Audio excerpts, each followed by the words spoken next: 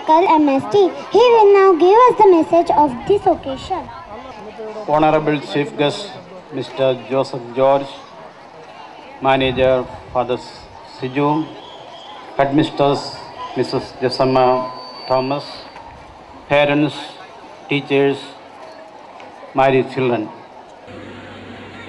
Last month, I was in Mumbai. Then I saw a hoarding, an advertisement of a school.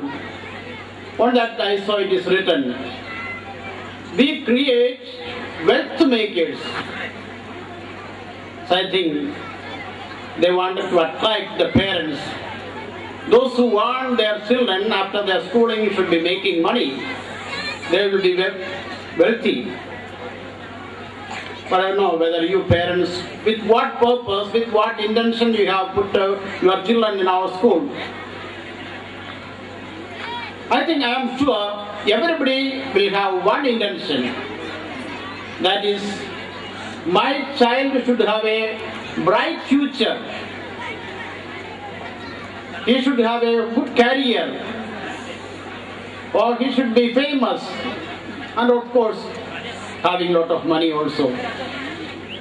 But actually you want, in your heart of heart, you want is to see that your children will be happy in future. But how one can be happy? If we are rich and famous, we may not be happy. We have many instances where there are rich people, famous people are disappointed, they commit suicide and so on. In the family they have problems, conflicts between the husband and wife destroy the happiness, conflict between children and parents destroy the happiness. Why it is happening? Because they have not learned the life skills, they have not assimilated the values needed to have a happy life. For example, if one child is growing in a family where his all the wishes are met, whatever he is asking for, the parents can afford and they give them, and he is the center of attraction, he commands, dictates what should happen, which things should be bought in the house, and which serial should be seen in the TV, and he dictates. He has no concern for others. Such a person, if he is going into a family life, surely will have problems because he or she never cared for other people. A married life, family life can be successful only when there is interaction, there is self-sacrifice. They have to leave out their selfishness from their lives. And other things that can make us unhappy is the society. We see people are unhappy, frustrated because of the corruption in the society. People are dishonest. We don't get justice. Because of that, we are frustrated. We are not happy. This is also because the values are not assimilated. The people who are growing in the society are not assimilating the values which are universal, which are given in all the religions. Honesty or love for others, it is all given in all the religious books, but we don't follow. But the parents sometimes say that we cannot give the values to the children because of the modern world. Big people children are mingling with the society, the media, everything, so we cannot give. But that is not true. I can show an example. For a Brahmin child, you teach them not to take beef at any time. And even children, they don't eat. For a Muslim, they will never take pork. Because they know it is haram. I have seen one child during Ramzan. That small child was offered a sweet cake, no, chocolate, but she refused. Actually, this is moral life. To know what is bad, what is not acceptable for me, and to reject it, say no to that. And to realize what is good, and to accept that.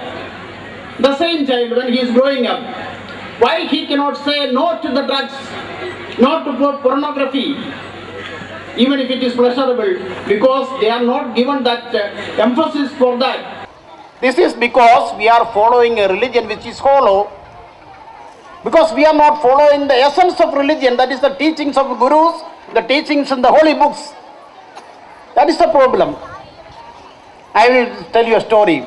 Once upon a time, there was a monk, a sannyasi, living with a few of his disciples, few followers. And he was getting old, and then he told his disciples, you see, I am getting old, I may be dying after some time, but you disciples, Chele, you have to take care of these things, my shawl, my walking stick, my danda, which the sannyasis use when they are meditating, that the lota, that vessel is carrying. All these things you have to keep as relics. After my death, you have to keep it as sacred things. And the disciples accepted it. And one day, this guru, this sannyasi and his disciples were traveling to one village to another. And they were crossing a small narrow bridge of a river. Unfortunately, this old guru slipped and fell into the river. And the disciples were standing on the bridge, what to do. Then one disciple said, you see, he had told us, Guru has told us to keep all his belongings safe. This is all flowing in the river. Let us get down and catch it. All of them jumped into the river. One followed the shawl, one followed the walking stick, and another followed another thing, vessel, and so on. And they got hold of all these things, and they came back safely, swam and came back safely to the ashram. After a few hours, this old Guruji also came to the ashram tired and with nothing in his hand. He went little ahead, and somehow he could manage to escape from the river and come back to the ashram. Then he asked, my children, what have you done? You have, instead of saving me from the river, you have gone after all these things, all my belongings, instead of me. Those foolish disciples said, Guruji, aapne kabhi bola nahi aapko sambhalne ke liye? This foolishness, beside this foolishness. This is what is happening in our lives when we are following the external rituals of our religion. We are fasting, we are going to the temple, we are going to the mosque, we are praying in the church. And many rituals we are doing, and we are teaching the rules regarding many things to the children. But the essence of religion, the kernel of religion is in the teachings, which contains eternal values. The honesty, truthfulness, love, humility, selflessness. These are all what is taught in the religions. And those who are stealing, those who are committing corruption, getting bribes, they also do the puja, everything, and going and doing this. And saying, I am a religious person. Not at all. If I am going to the church and praying, I am not following the teachings of the Bible, I am not a Christian at all. So to be a really religious, we have to follow the teachings in the holy books, teachings of our gurus. Then only we can claim I am a true Hindu or true Muslim or true Christian or true Sikh. Otherwise we are following a hollow religion. This is the reason, because we are not emphasizing this in your life. That is why the children are also not getting these values. We in the school, we cannot give the values because values now are not taught. Values are taught. And values are first taught from where? It is from the parents, it is from the family. We are only nurturing it, we are enhancing it. What they have received in the families, as they are young, very young, they are catching all these values. So you have to examine. Why? Who is responsible for this bad society? We are now fighting against corruption. Anna Hazare is fasting. But why not we remove the corruption from? But why not we remove the corruption from within?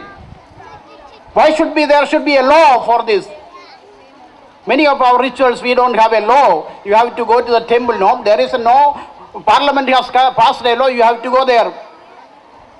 Now why don't we see that this getting the money which is not mine, which is not eligible, I am not eligible for it, it is haram. No, I cannot.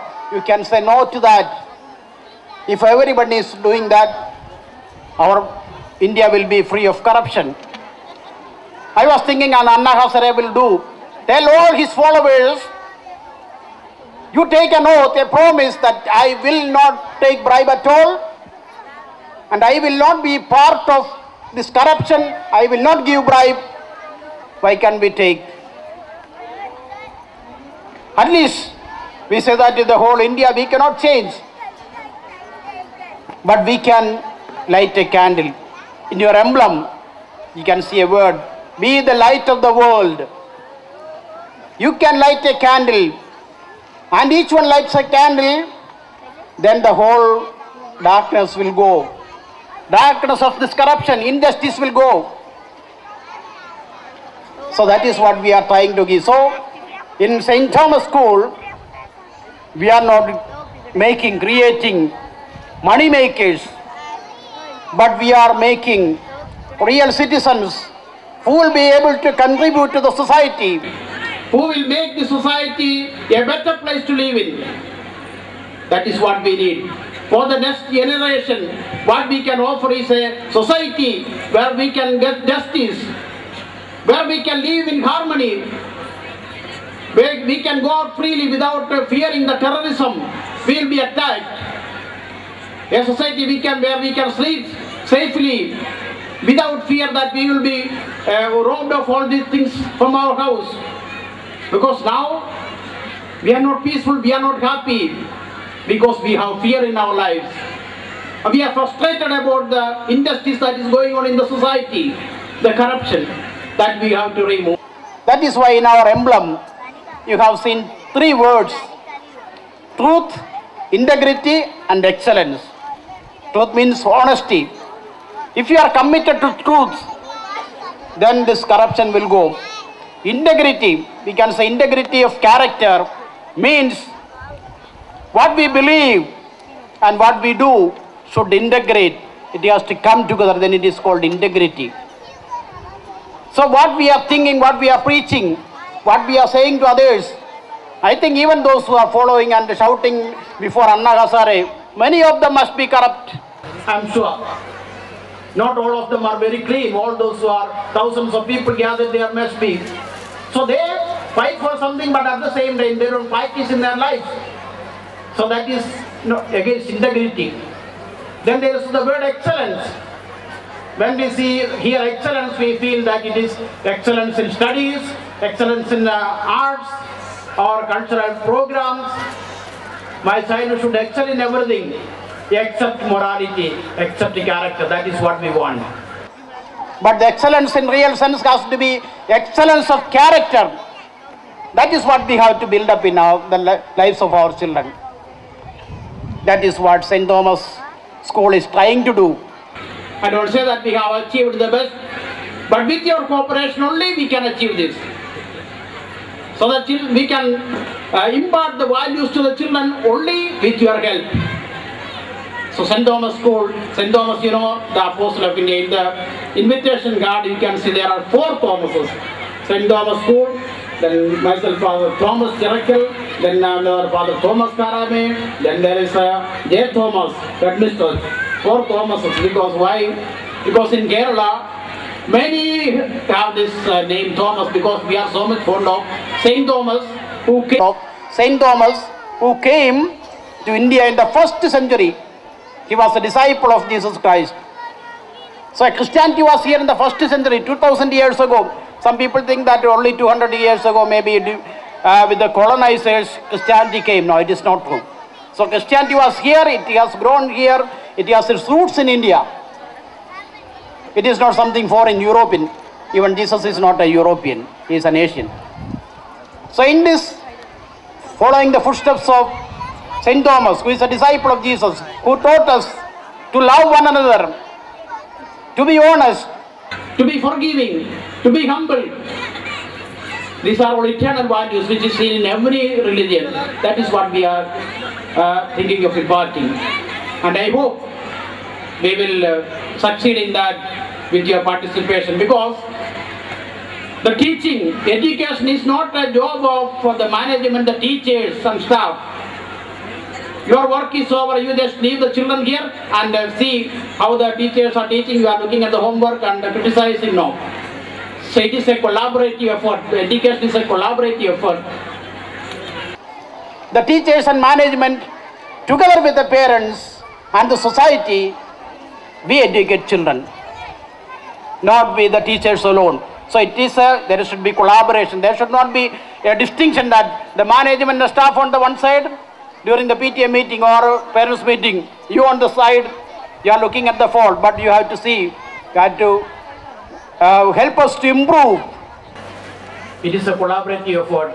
So I now appreciate the effort taken by the teachers to bring out the talents of the children. You have seen, your children can perform wonderfully. They are wonderful children. They will be great geniuses, artists later on. But at the same time, we emphasize, as I said, these moral values. Now I also congratulate manager Father Siju. Now it is looks very beautiful. Within these few years, the St. Thomas School has come up. It is his earnest effort. And also the previous managers, I appreciate and congratulate them. And I am also, since I was here, I am also very much concerned about the school, welfare of the school. I wish all the success for the school, and I expect continued cooperation of your parents. Wishing you a nice evening. Thank you very much.